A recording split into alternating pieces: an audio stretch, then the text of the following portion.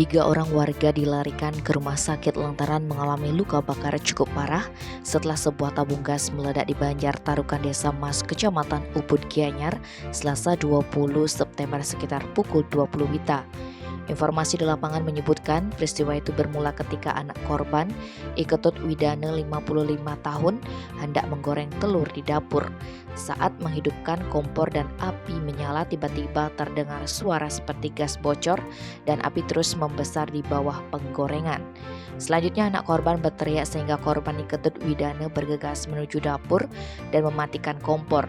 Namun api tetap menyala sehingga datang korban Made Diana 50 tahun dan Komang Sumastra 51 tahun bermaksud membantu korban Widana memadamkan api.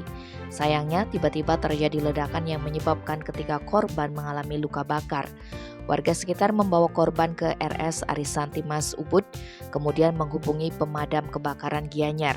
Kapolsek Ubud, Kompol Igusti Ngurah Yudhistira yang dikonfirmasi menjelaskan setelah menerima laporan pihaknya langsung turun ke lokasi kejadian untuk melakukan olah TKP.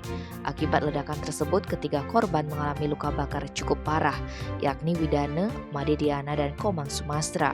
Setelah mendapatkan penanganan di RS Arisanti Mas, korban Imade Diana dirujuk ke RSUP Prop Ngurah karena mengalami luka bakar cukup parah mencapai 50%.